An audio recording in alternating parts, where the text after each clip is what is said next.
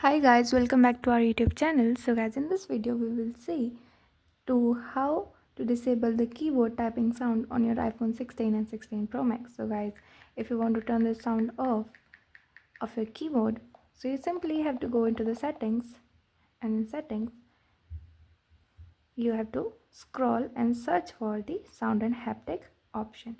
Here you will see, click on it and then search for the keyboard feedback. Click on it and then here you look that both sound and haptics are turned on, and to turn off the sound simply toggle both of them off. After toggle them off, you will notice that there is no sound in the keyboard anymore. If I show you, as you can see, there is no sound while I write. So guys, this is how you can simply turn off the keyboard sound. So guys, this is all. I hope this video helps. Thanks for watching.